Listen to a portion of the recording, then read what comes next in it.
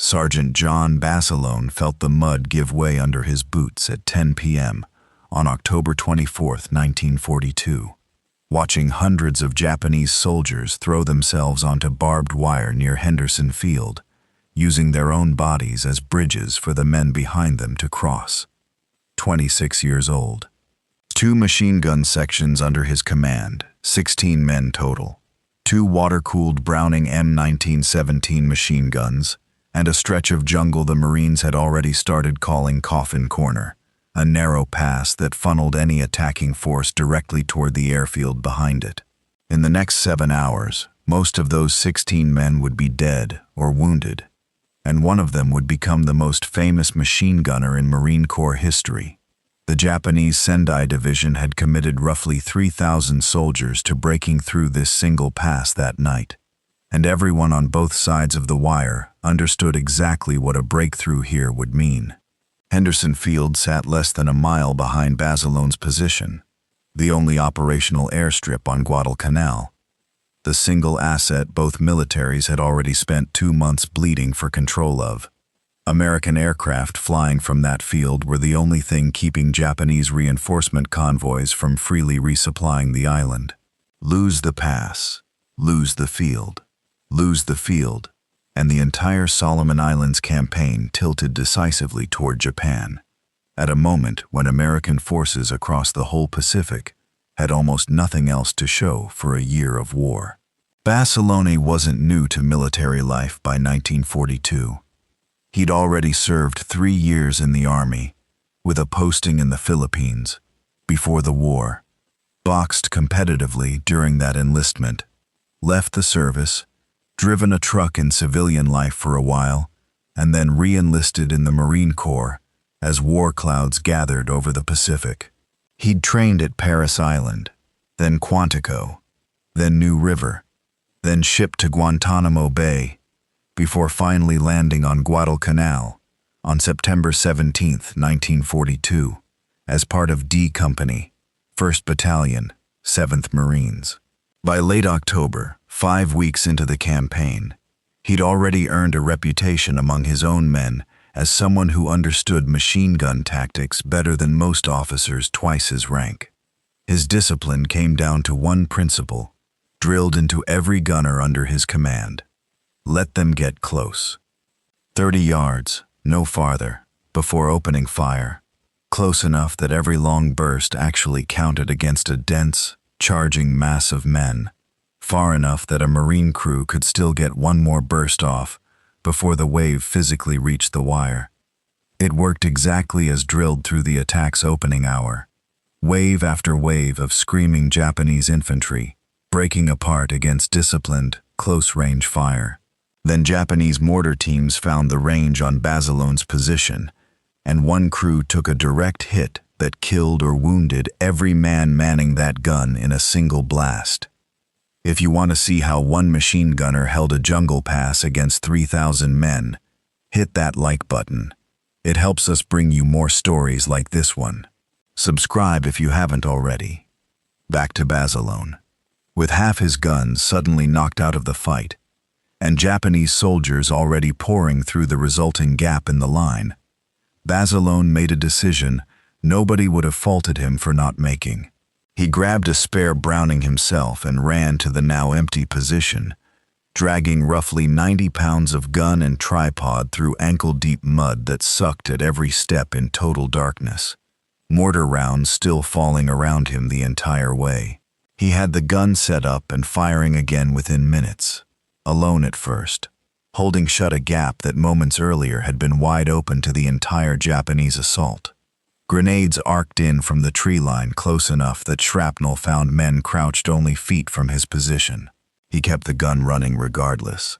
By the second hour of continuous combat, the math had started turning against every gun on that line, ammunition belts running dry faster than replacements could physically reach the pits through contested, shell-torn ground.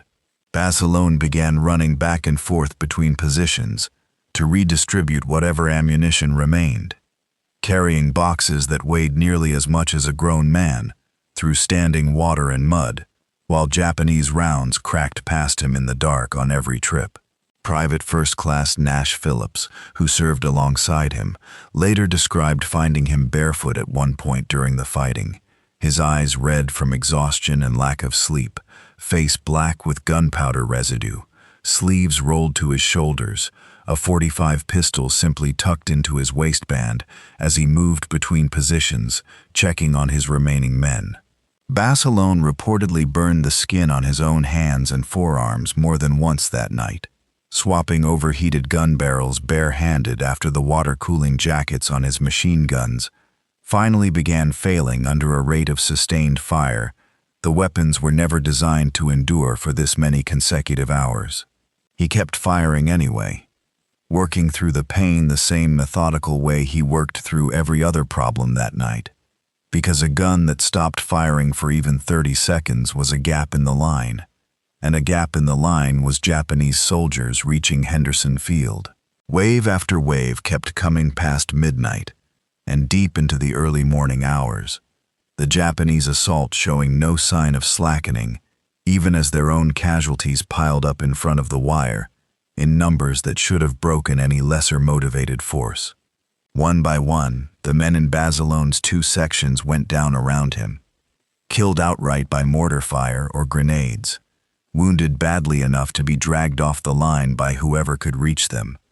Gun crews reduced from full teams of several men down to single exhausted survivors, somehow still finding rounds to feed into jammed, overheating weapons. By the deepest, darkest hours of the night, of the 16 men who'd started that evening under his command, only Basilone and 2 others remained standing and capable of continuing the fight. The ammunition finally ran out completely in the hour before dawn. No more belts left anywhere along that stretch of line, no resupply reaching the position in time. 2 machine guns reduced to expensive, useless scrap metal, without a single round left to feed either one of them. This was the moment, by any reasonable military logic, when a position was supposed to fall back or be overrun outright. Basilone did neither. He drew his sidearm, found a machete somewhere along the fighting line, and kept engaging the enemy with what little he had left. A pistol and a blade against soldiers, still pressing the assault in the dark, holding the gap open by nothing but sheer refusal to give ground, until the first gray light of dawn finally broke over a battlefield gone eerily, suddenly quiet. When the sun came up on the morning of October 25th, the Japanese assault against that stretch of the line had been effectively annihilated. The attacking force in front of Basilone's position lay destroyed almost to the man. Naval History Center accounts later put the count at roughly 1,000 Japanese dead along that particular sector alone, out of a broader assault that had committed some 3,000 soldiers to breaking through Marine lines around Henderson Field that single night. Basilone himself walked away from 7 continuous hours of close combat, with burns across his hands and forearms, exhaustion that would take days to fully recover from, and almost every man who'd fought beside him that night either dead, wounded, or, in his own case and exactly 2 others, simply still upright by whatever combination of adrenaline and stubborn refusal to quit had carried them through until sunrise. He received the Medal of Honor for the action, presented that following May, and when reporters and well-wishers back home tried to build him into something larger than a sergeant who'd simply refused to let his position fall, Basilone deflected the attention almost every single time it came his way. "Only part of this medal belongs to me," he told people repeatedly. "Pieces of it belong to the boys who are still on Guadalcanal. It was rough as hell down there." That line stuck with Marines who'd served alongside him for the rest of their own lives, repeated at reunions and funerals for decades afterward, as the truest thing anyone ever heard him say about that night. The Marine Corps pulled him from combat entirely and sent him home to sell war bonds, turning him almost against his own preference into a national celebrity. Parades, newspaper interviews, crowds of strangers wanting to shake the hand of the machine gunner who'd held Henderson Field alone through the worst night of the entire Guadalcanal campaign. It was during this stretch stateside, training at Camp Pendleton, that he met Lena May Ridgey, a sergeant in the Marine Corps Women's Reserve. The two married in July 1944. By every reasonable measure, Basilone had earned a permanent ticket out of combat, a safe training assignment, a public role selling bonds for the rest of the war, a life with his new wife, far from any more Japanese machine guns or mortar fire. He turned all of it down. Basilone requested reassignment back to a combat unit repeatedly, pushing against a Marine Corps that would have been entirely justified keeping its most famous living hero safely out of harm's way for the duration of the war. He eventually got exactly what he'd been asking for: orders back to the operating forces, headed this time toward a small volcanic island in the Pacific that almost nobody outside of military planning circles had ever heard of yet: Iwo Jima. He landed on February 19, 1945, the first day of what would become one of the bloodiest amphibious assaults of the entire Pacific War, eventually costing nearly 7,000 American lives before the island was declared secure more than a month later. Basilone didn't survive to see any of that grim final tally. By the time that first day was even half over, witnesses described him single-handedly destroying a Japanese blockhouse whose gun had been raking the invasion beach with sustained fire. Then, separately, guiding an American tank safely through a minefield under continued enemy fire to keep the advance moving forward rather than stalling on the sand. He was killed by Japanese mortar fire later that same day.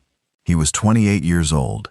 He was posthumously awarded the Navy Cross for his actions on Iwo Jima, a decoration that made him the only enlisted Marine of the entire Second World War to receive both the Medal of Honor and the Navy Cross, a distinction that required surviving one impossible night in October 1942 and not surviving a second one, exactly 2 years and 4 months, and one Pacific island apart.